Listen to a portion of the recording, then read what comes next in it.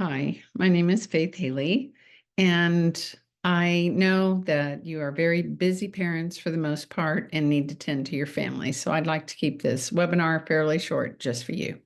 First and foremost, I always want to bring people hope. I want people to know that they can change their child's future by changing their brain.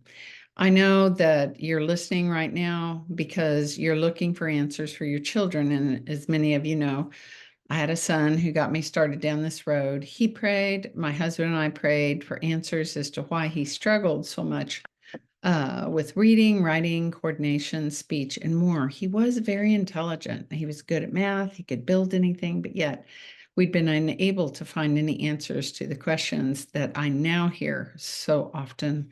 He is so smart, but why can't he read? He is so smart, but why can't he write? She knows something one day, but not the next. She falls out of chairs. He runs into walls. She's terrible at math.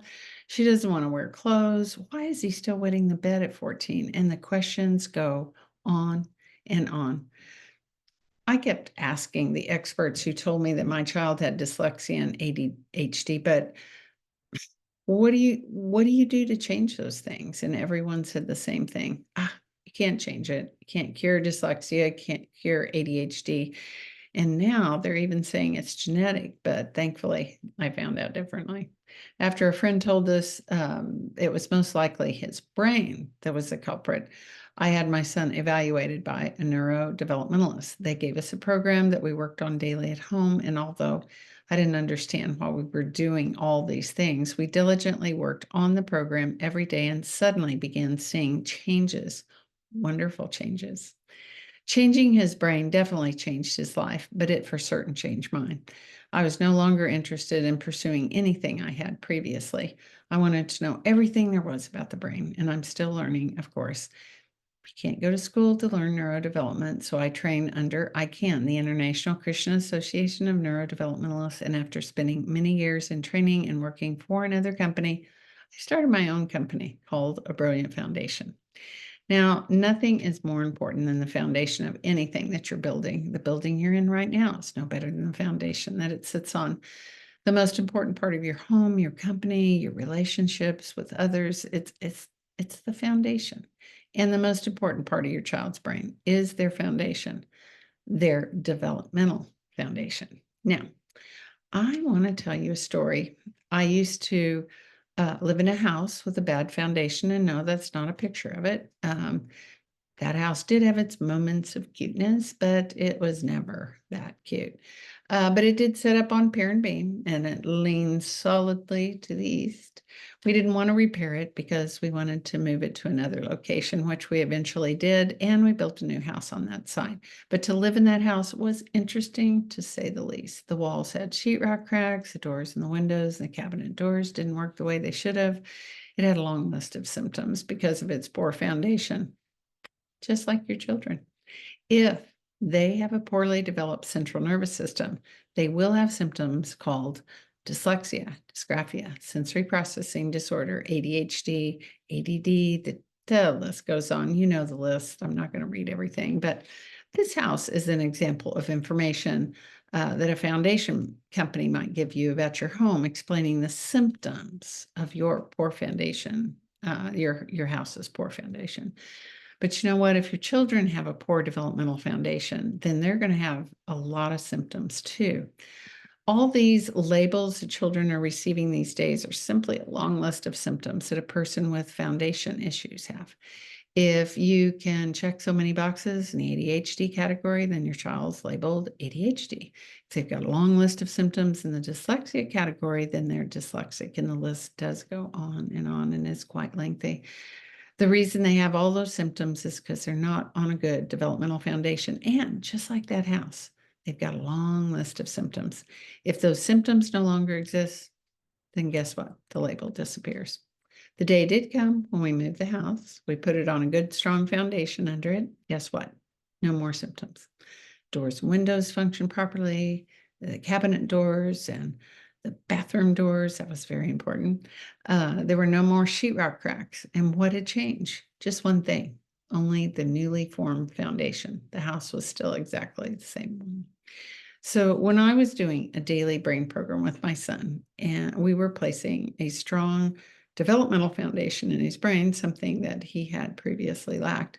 It hadn't affected his intelligence, but he was just as smart as ever. But it did affect the way that he functioned on a daily basis. Now I see an abundance of children who are so smart. Oh my gosh, they are. Some of them are just brilliant, but they struggle because of their poor developmental foundation. To further explain, let's just take a quick look at the brain. When we're born, our entire brain is intact, but it's not available to us. Otherwise, we pop out saying, "Hi, Mom and Dad. Ha, gee, it's been a long, cramped journey, but here I am." And we would run around, stretch our legs, and be so excited. But no, our brain availability comes only through movement. Those valuable brain connections are only formed when we're moving.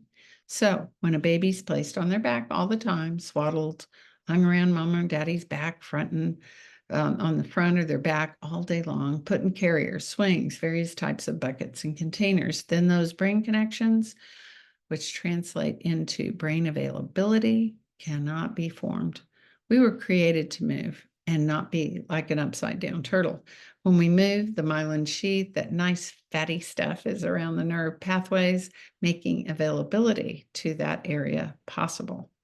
Now, the first area developed is the brainstem. That's done by keeping a baby on their tummy for the first 5 months. But next, they'll develop the midbrain, which is what we're going to be talking about, by creeping up on hands and knees. This should be done for well over a year. The longer a child is kept down on the floor, creeping around on hands and knees, the easier it is to teach them to read. Keep that in mind. That's because of all those beautiful connections they make while doing that. Did you know our brains are only 3% brain cells, but they're 97% connections, and that's where you get your function. If someone has dysfunction, it's because you just need more connections. Connections equal function. One of my sons has a baby. They went over to see some friends who have a baby who's almost a year older, but his baby was totally outperforming the older child. They were shocked, they were sad, but then they were happy with their own situation because they'd been doing everything that I advised them to do. Good son, good daughter-in-law, keeping her down on her tummy as long as possible, and then allowing her to creep everywhere on her hands and knees. She has calluses, but they're not going to allow her to walk too soon, and no vaccinations for her either, but that's another subject. Moving on. Let's look at some of the other symptoms of a poor developmental foundation in the midbrain area.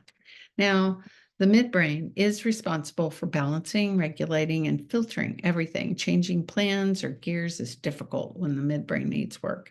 I like to call it the transmission of the brain that allows the child to change gears. Oh, it's raining today. We can't go swimming. We're going to go do something else.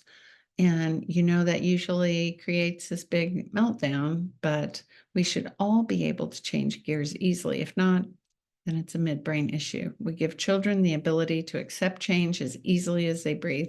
Some of you are saying, that'd be nice. It is possible. And like I said, I love giving you hope. This is also the level of the brain where all their neurochemicals are regulated. So it's easy to be chemically unbalanced if that area is underdeveloped. This also might be the child that has a lot of allergies and colds. It's because that's where our immune system is regulated. We oftentimes see allergies completely disappear as a child moves through their brain program. That's so much. We just have too much fun. In the midbrain, you get the beginnings of convergence. That's when both your eyes are working together. So without convergence, they may not have good skills in reading and reading comprehension, depth perception, attention, focus. It's also where we develop our detail within detail, which most of us experience a problem with, one time or another. You open the spice cabinet and can't for the life of you find the vanilla. And then you open it up again, lo and behold, there it is, right in front of you. However, for some people, it's like that all the time. And that can look like the child that you told to clean their room, and 20 minutes later, they're still standing there looking totally lost. Every time you have to explain to them because they just can't see it. Sweetheart, the pillows go on the bed, the dirty clothes go in the dirty clothes basket, the books go on the bookshelf. A disorganized brain equals a very disorganized life. In seminars, I sometimes tell parents that I know that their children's bedrooms look pretty bad after I've evaluated them, but I can tell them, man, your child has a messy bedroom or not, Then I say, hey, all I have to do is go out in the parking lot though and take a look inside your car, and I can tell how organized your brains are. And they always laugh nervously, like I'd actually do that. But I will tell you that if your car or your house is very disorganized and messy, your brain's in the same condition. If you change your brain, then you can change your life too, whether you're an adult or a child. And this is where I say to my parents, if you'll work on your child's programs, you'll see a change in your life too. I, many years ago, had a client whose husband came to me and said, oh my gosh, our house has never been clean. It's always like a tornado had gone through it, and now it's perfectly neat. Thank you so much. But he needed to thank his wife because she worked hard on her child's program. She did it herself, and she got some great results. Okay, moving on. This is where your vertical eye tracking is developed. If a child has poor vertical eye tracking, it can be the child that skips lines or has poor reading comprehension. They have trouble carrying math down into various lines of work. When the eyes don't work good together, they might be turning out. It can also affect depth perception. It can also add into the clumsy picture. Not always, but a lot of times it does. And guess what? They won't grow up to be good drivers. They don't have good depth perception. They don't know how close they are to your back bumper. And I have those people all the time behind me in the highway. You do too. But the good news is it's correctable. Auditorily, this is the level of the brain that's supposed to act like our filter. It's supposed to let us prioritize. So your child might be listening to the teacher talking, and there's some other sounds that they're hearing, other things going on like a clock ticking, the air conditioning coming off and on. Now, if their filtering system's working appropriately, if their midbrain is working appropriately, they can say, well, I'm going to listen to the teacher right now and put all the rest of those things in the background. But that they don't actually think that. That's just automatic. Then maybe they hear something out in the hall or someone's talking in the next room, and suddenly they can't hear a thing a teacher is saying. So if your filtering system's not working appropriately, everything is just as important as everything else, and it's very hard to stay on task. At this level, the midbrain level, instead of most things just being down in the background or on automatic, your child has to put in a real level of extra exertion to be able to hear what you're saying to them. If their filtering system is not working properly, to actually do something that they really love, they have to hyper-focus. Some parents will say, well, he can't focus on his schoolwork, but he can certainly concentrate on his Legos for 2 hours. Well, in those 2 hours, while he's concentrating on his Legos, in order to get his attention, you have to go over and shake him, because in order to do what he loves to do, he has to block out everything else so that he can focus on what he really wants to do. When we really, really, really want to do something, we really, really have the motivation to do it, we can focus all of our cortical power on that thing. So next is auditory processing. Yes, that's on there. The ability to hang on to information that we hear long enough to utilize it. Now, I'm going to give an entire webinar on this subject, so I'm not going to go into it here. Your child may have sound sensitivity. We see this in abundance these days. This is something that can be corrected over a period of time. We see this change all the time.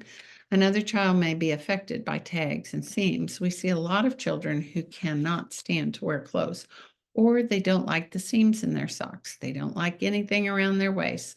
They always want to wear baggy clothes. It's just an irritation to them throughout every single day. Like fingernails on a chalkboard, we used to say. I had one little teenage girl who didn't want to wear a bra, but after working diligently on her program, she was able to comfortably wear one, and her parents were very thankful. It was a good report. Um, Underdevelopment in the midbrain can affect their sense of light touch. It can be very confusing for parents because a broken bone might not hurt them very much. And that would mean that they need work in the pons area. But every little scratch or touch can bring out the drama queen, which means they do need work in the midbrain. This child might hate cuddles and hugs, which doesn't bode well for them as they grow up and want to be in relationship with someone. One of my sons dated a girl who hated being touched. He couldn't hold her hand, he couldn't put his arm around her. I was so thankful for when that relationship ended. Phew. Okay, now we really need to move on, right? The next one is poor proprioception. Your child may be the one running into people, walls, furniture. Maybe they always turn over their drinks at dinner because they don't know where their hand is in relationship to that glass of water. It's just because they have no idea where they are in space or where their hand is or where their leg is or where their foot is. It's called proprioception, knowing where you are in space. They might have trouble with personal space as well, and they might stand just inches away from people. They're often in other people's personal space. They don't know this is my space, that's their space. Some children stand about 3 inches from everyone, and that can get pretty uncomfortable for a lot of people. Did you ever have anyone stand uncomfortably close to you? It isn't necessarily that they're trying to be inappropriate, they just might not know where they are in space as it relates to you and your space. So, kids that are poking and prodding and being obnoxious generally, it's not why they're doing it. They're just trying to verify where you are and where they are. Next are kids who have to touch every single thing. Some of you are recognizing these people in your house, aren't you? Yes. Can also be the child that puts things in their mouth constantly, and they're going to grow up to be a person who always has to have something in their mouth, a toothpick, a straw, a cigarette, food. Poor short-term memory. Again, I'm going to do a whole webinar on that one. Poor tonal processing. That means how the brain interprets what's heard. If the brain's not interpreting the words correctly, they might hear that someone, instead of being a Walmart greeter, is a walnut breeder.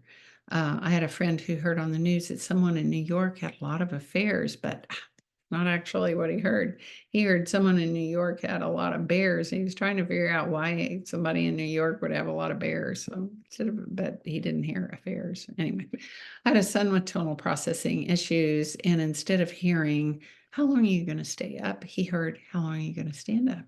See, doesn't make sense. These people look confused a lot. They also have poor impulse control. They can be extremely impulsive. They'll do something and then later say, oh gosh, I shouldn't have done that. Everything is done on an impulse, and they might think better about it later. Poor judge of time, a lack of common sense, letter reversals. Uh, their feet might turn out like Charlie Chaplin. Might have a poor pencil grasp. There's other reasons for that, but that might be there. They might have poor articulation and enunciation. Their joints can be way too loose or way too tight. Muscles, ligaments, tendons, all those things are controlled at the midbrain. We see kiddos' brains change and then their bodies change. I work with a little gal going into first grade. Her back was all twisted with scoliosis and she was bent over. She walked just crippling along, actually not on the inside of her feet, but on the inside of her ankle bones. You could see the soles of her shoes showing out either side. So, but at the end of the her first grade year, she still looked the same, but halfway through that second grade year, her back completely straightened. And within that 2-year period, she was running and playing with her peers, and her ankle bones and her legs had completely straightened. I ran into a friend the other day who said she saw her. She goes, I'm going to take a picture of her and send it to you. And that'll bless my heart. So what controls every single thing in your body? It's your brain. It's your brain. You don't do anything without it. Some people, I kind of question that, but no, we don't do anything without our brain. But it's something we never think much about it. There's nothing better that we can do for our bodies, though, than fine tune our brains. So hopefully you have a little bit better picture about the brain. You can see development at these levels of the brain are extremely important. Probably recognized a few people in there, perhaps your child, perhaps yourself. So go to my website, fill out a contact form. We'll get back with you when we see how we can help you. And I do want to note again that one child is not going to have all these issues. If they have an abundance of them, please fill out the contact form right away. But one child might look like one side of the coin, the other child looks like the other. One child might need work at the midbrain level and have no focus at all, while another child has great focus. One child has problems with tags and seams, while another one doesn't. When children are not given the opportunity to move, then they'll have underdeveloped brains in various areas. But the absolutely great, wonderful news is that at any age, you can develop those areas. Remember, we're fearfully and wonderfully made. God made it so if those areas were never properly developed, we can develop them at any age. I have clients ranging from 1 year to 86 years of age. If there's any damage in those areas, you can go back and work on them, get them running, up and running again. I did that with myself after having a stroke many years ago, and I've helped other people recover from strokes since then. I do love what I do.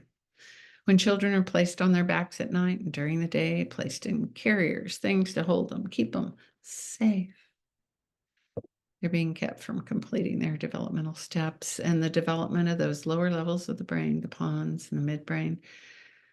But if you did that, like I did with your child, you could change it like I did. And perhaps you say, "Ah, I always kept them down on the floor. They did move through their developmental stages, but they still have issues." And I say, you know what? We look at the whole child, then we address the root issues. It doesn't matter why actually something is the way it is. The most important part is, what are you going to do about it? And again, if you need help in these areas, please, please let me know. We're here to help. Remember, those kiddos whose lower levels of the brain are not well developed, who've had some of those symptoms I talked about, they're simply structures like my old house with poor developmental foundations. And what do you do about that?